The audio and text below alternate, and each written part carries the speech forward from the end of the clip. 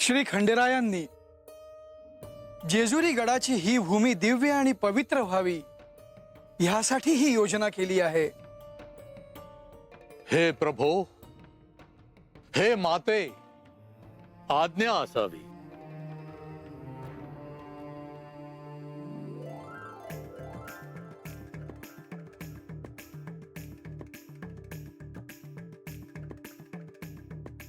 मासा, कामधेनुकडे तू काय मागितलंस?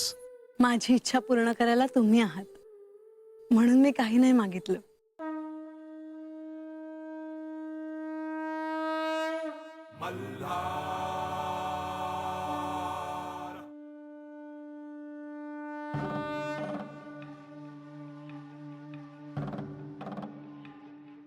तुमच्यामुळे मला श्री वशिष्ठ ऋषी आणि कामधेनूचे दर्शन झाले। कामधेनूचे दर्शन म्हणजे खरोखरच दुर्मिळ योग आहे। कामधेनू, जिच्या पुढे दिव्य देवतांचा, चेतनांचा निवास आहे, ती कामधेनू सर्व इच्छा पूर्ण करते। मलाही काहीतरी मागायचा मोह झाला होता, पण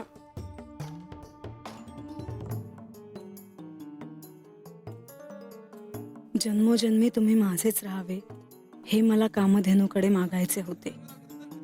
तू सर्वांच्या इच्छा पूर्ण करू शकतेस, पण तुला ठाऊक नाही तू कोण आहेस ते। तुम्ही काही म्हणालात का? नाही, मी असे म्हणत होतो की उद्या पहाटे नेवासेला जायचे आहे, तेव्हा तुझी सर्व पूर्व तयारी झाली आहे ना? हो, एकच दिवस जायचे आहे ना? जेजुरीत पण दिवाळी साजरी करायची आहे ना? हो, मला लक्षात आहे। लोकांना भेटून धनधान्य, दिवाळीचे पदार्थ आणि वस्त्र द्यायचे आहेत। म्हाळसा, आपल्याला अनेक प्रकारची दायित्व सांभाळायची आहेत। नातेसंबंधांसोबत अशी अनेक माणसे आहेत ज्यांच्याशी आपले नाते नाही। त्यांच्याही चेहऱ्यावर या दीपोत्सवात जर आपल्याला आनंद आणता आला तर आपण प्रयत्न करूया। हो, इथे गडावर अधिकाधिक लोकांना उत्सवाचे पदार्थ मिळावेत एवढे मी स्वतःच्या हाताने तयार केले आहे। म्हाळसा, या दीपोत्सवासाठी मी तुला अशी भेट देणार आहे की जिचा उपयोग तुला लोकांसाठी करता येईल। अशी काय भेट आहे? ती एक दिव्य वस्तू आहे।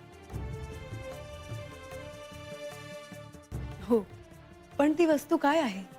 तिचे वैशिष्ट्य काय आहे? ती दिव्य वस्तू म्हणजे एक घट आहे। खरंच?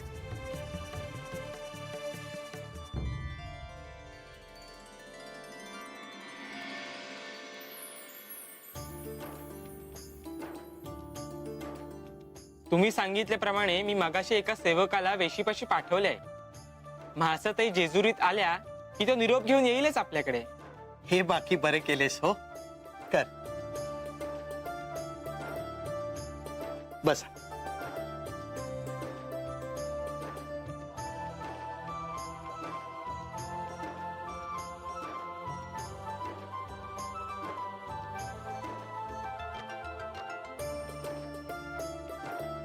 अहो,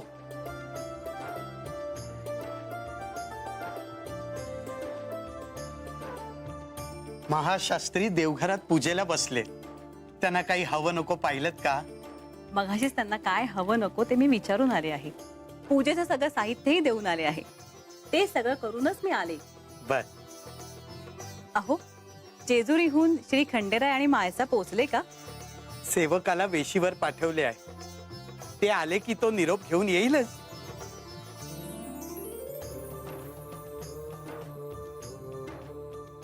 तुम्ही इतके अस्वस्थ का? अस्वस्थ नाही, परंतु खंडेराय पहिल्यांदाच आपल्या घरी येत आहेत, त्यामुळे मनात थोडी धाकधूक आहे। आपण केलेला पाहुणचार त्यांना आवडेल की नाही याची चिंता वाटते। सगळं काही सुरळीत पार पडेल, तुम्ही उगाच काळजी करू नका। बर, मालक, काय रे? आपणास महाशास्त्रीने देवघरात बोलावलं आहे. बर मायानंदा, आपल्याला आज जायला हवं. चला.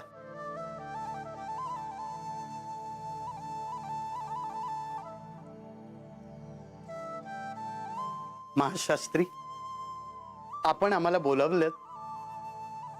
तिम्माशेठ, आज प्रथेप्रमाणे आपण शुभकार्यासाठी संकल्प करावयाचा आहे. बसा.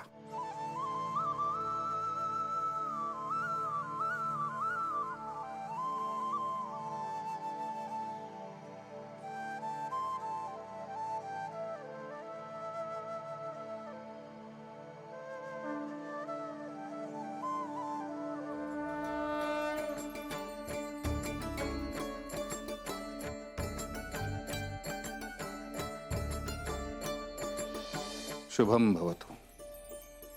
आता श्री खंडेराय आणि म्हाळसा यांचं आगमन झालं की त्यांची पाद्यपूजा करून मग दिवसभरात बाकी विधी करूया. महाशास्त्री, आपण म्हणालात त्याप्रमाणे खरोखरच शुभ काळ आलाय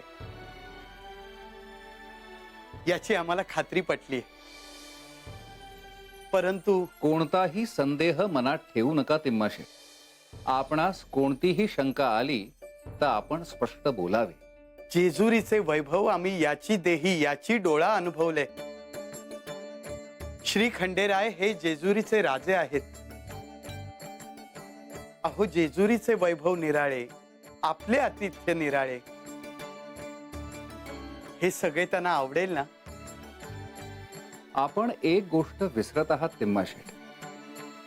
श्री खंडेराय हे जरी जेजुरीचे राजे असले तरीही ते महादेवांचे अवतार आहे. त्यामुळे भक्तांनी मनापासून केलेल्या सर्व गोष्टींचा ते आनंदाने स्वीकार करतील. काळजी नसावी. मालक, काय रे? बाहेर म्हाळसाताई आणि श्री खंडेराय आले आहेत.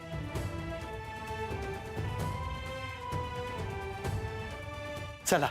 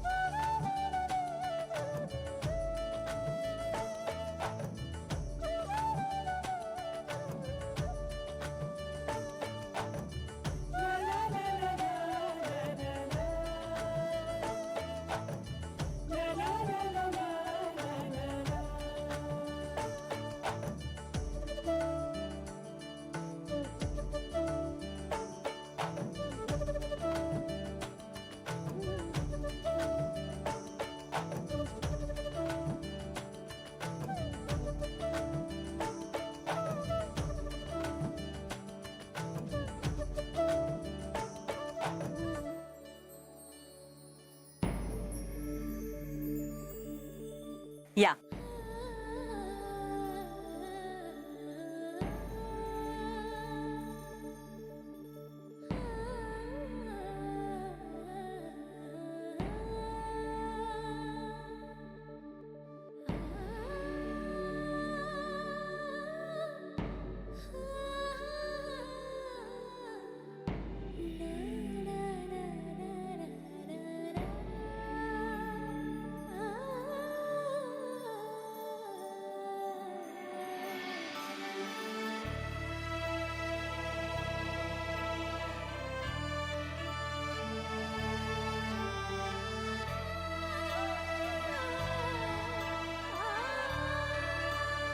आज तू आल्यानी हा वाडा पुन्हा भरल्यासारखा वाटतोय.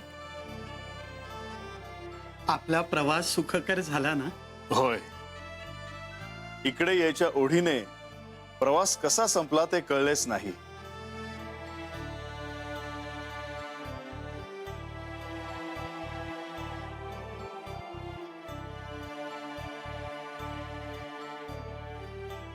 आपल्याला पुन्हा भेटण्याचा पाहण्याचा योग येईल असं कधीही वाटलं नव्हतं. नक्कीच पूर्वजन्मीचं काहीतरी पुण्य असणार. त्यामुळे पुनश्च भेटीचा हा योग परत आला. महाशास्त्री, आपल्याला भेटून मलाही आनंद झाला आहे. विवाह कार्यात आपण नव्हता तेव्हा देखील मला आपली आठवण आली होती.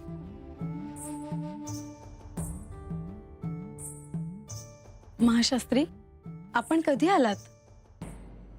15वडा उलटून गेला. गंगातीरी असताना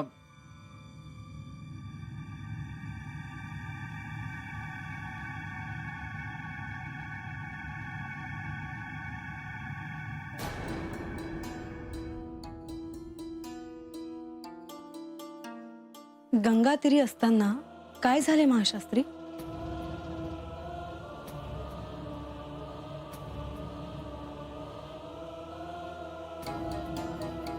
माझे कार्य अजून पूर्ण झालेलं नाही याची मला प्रचिती आली आणि निघून मी इथे आलो.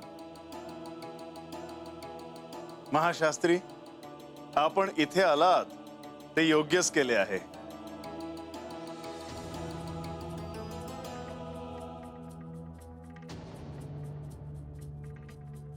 हा आमचा छोटासा वाडा. दिम्माशेठ, आपला हा वाडा खरोखरच सुंदर आहे. आपण येणार म्हणून सकाळपासून काही मंडळी आपल्याला भेटण्यासाठी थांबली होती. परंतु जेजुरी ते नेवासे हा प्रवास खूप मोठा आहे. आपण थकला असाल, थोडीशी विश्रांती घ्यावी. मी त्यांना नंतर बोलावतो. नाही, नको. मला त्यांना इथे बाहेरच भेटायला आवडेल.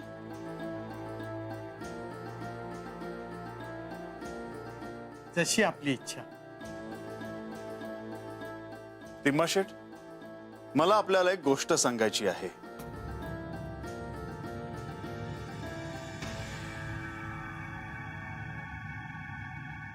आपण कोणतीही औपचारिकता पाळू नये.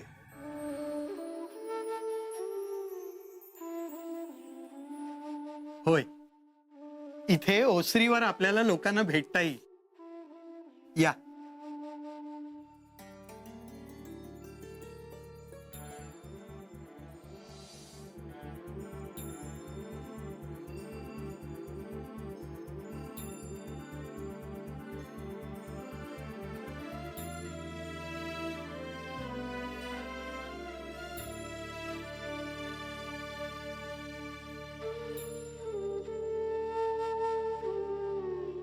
इथे आल्यावर खरोखरच प्रसन्न वाटते आहे. हो ना म्हाळसा?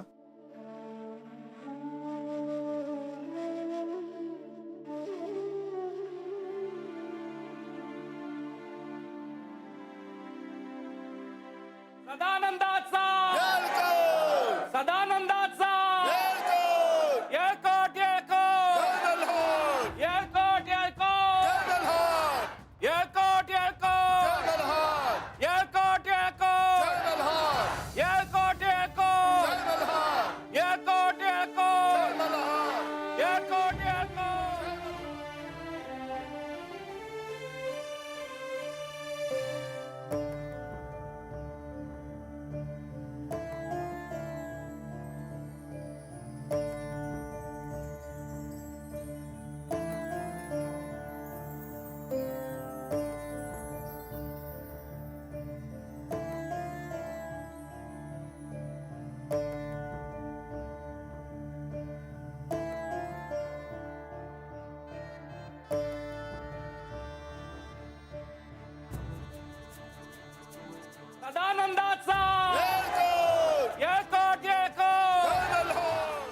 क्षमा असावी लोक हो, परंतु श्री खंडेराय हे प्रवास करून जेजुरीहून नेवासाला आले आहेत.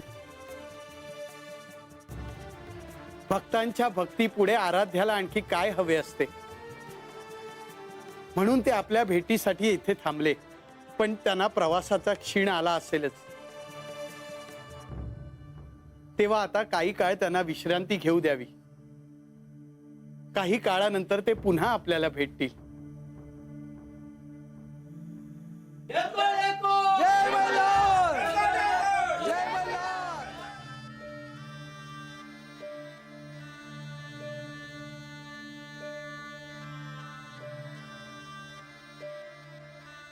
आता आपण आतील कक्षात विश्रांती घ्यावी.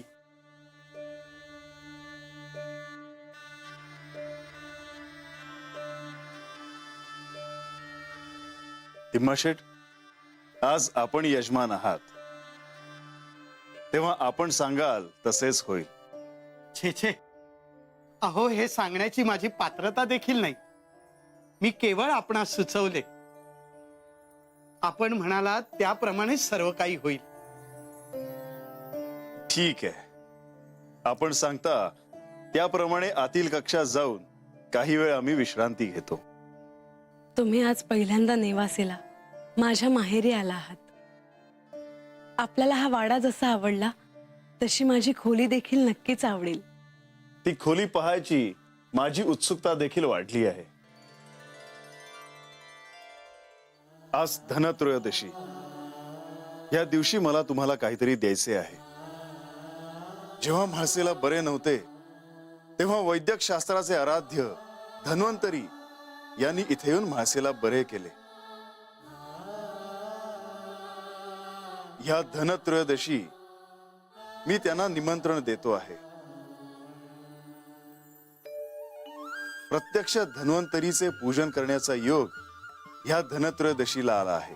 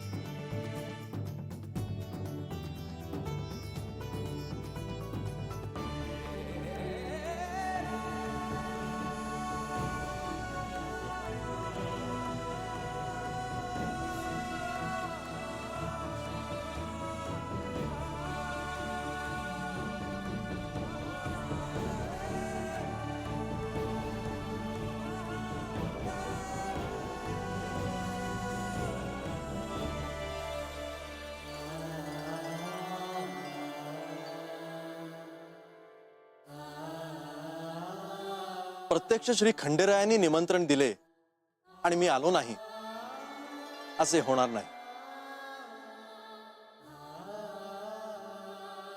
आपणा सर्वांना उत्तम आरोग्य लाभो अशी मी सदिच्छा व्यक्त करतो.